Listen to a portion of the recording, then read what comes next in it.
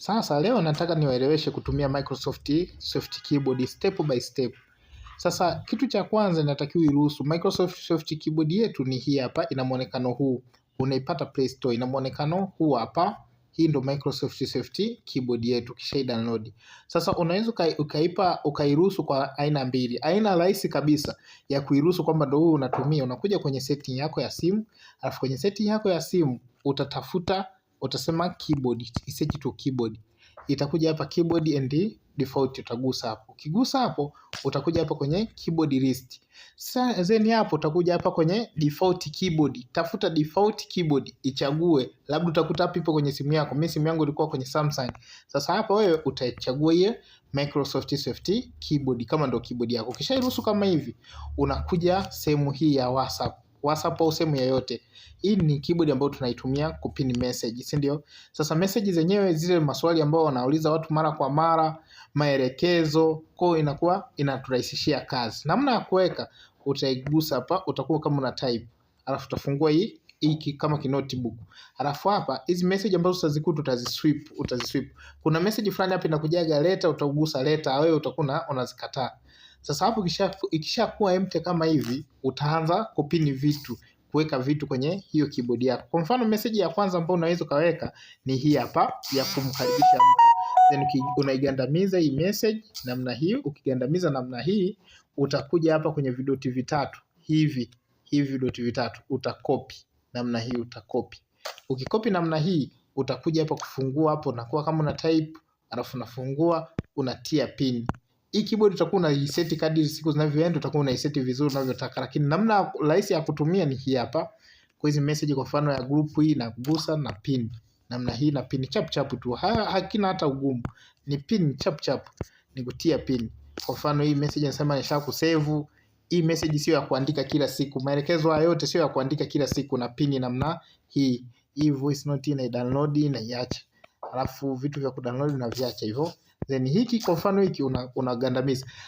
Kitu kingine, kuna muda huku ukigusa vidoti vitatu hautaona copy. Kwa mfano hapa nikigusa hamna copy.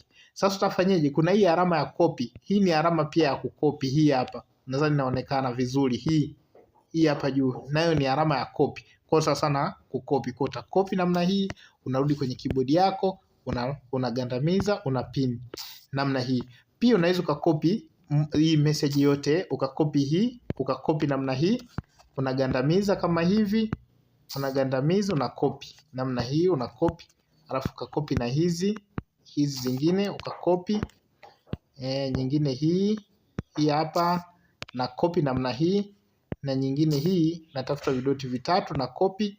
Kukopi ni kugandamiza hivi, unatafuta sehemu ya kopi namna hii, alafu hii na yenyewe naigandamiza, alafu na copy moja baada ya nyingine. Usifanye hivi labda umemaki hivi alafu ndo copy. Hapana, usikopi. Kweli itakopika, lakini messages zitakuwa zimeungana ukiweka kwenye keyboard. Sisi hatutaki ziungane. Kwa hiyo unakuwa una pini moja moja namna hii. Baada hapa unagandamiza hizi message ambazo hazina kipini, unaziweka kipini. Naanza na hii, naweka pini. Naanza na hii, nagusa vidoti vitatu hivyo, pini hivyo. Nagusa vidoti vitatu na pini.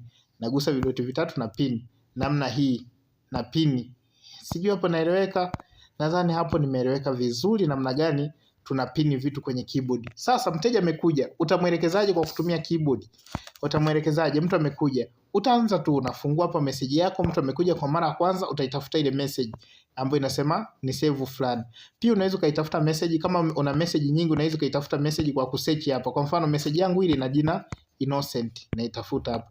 Na search, nagusa kimshale, naichagua, natuma. Sijui hapo naeleweka? Inafuata tunamsikilizia kujibu. Sasa naitafuta ile nishakusave. Ile message inasema nishakusave, na isearch tu ni nishakusave namna hii. Nishakusave, namtumia namna hii. Kwa mtiririko wote na kwa tayari upo. Sasa kuna zile kwa mfano nataka kumtumie video. Kazi yako ni kufungua kikinyoka, alafu unafuata gallery, alafu nachukua kile kitu, labda video au picha. Labda mimi saizi wakati huu nichukue picha hii hapa. Chini yake caption yake tayari umepini kwenye keyboard. Unachukua caption hapa kwenye keyboard, labda hii linasema kuhusu usalama. Nasema kampuni yetu imesajiliwa. Hivyo unamtumia namna hii. Inakuwa rahisi sana. Hiyo ndo namna ya kutumia Microsoft Soft Keyboard. Hapo utakuwa unapata vitu vya muhimu kama mifumo ya malipo, link yako inatakiwa ipini pia. kuna linki, kuna mifumo ya kulipia, kuna maelekezo kama haya. Yale maswali watu wanauliza mara kwa mara pia utayapini humo, ili usiwage mtu wa kusumbuka kuandaa majibu. Nadhani hapo nimeeleweka vizuri.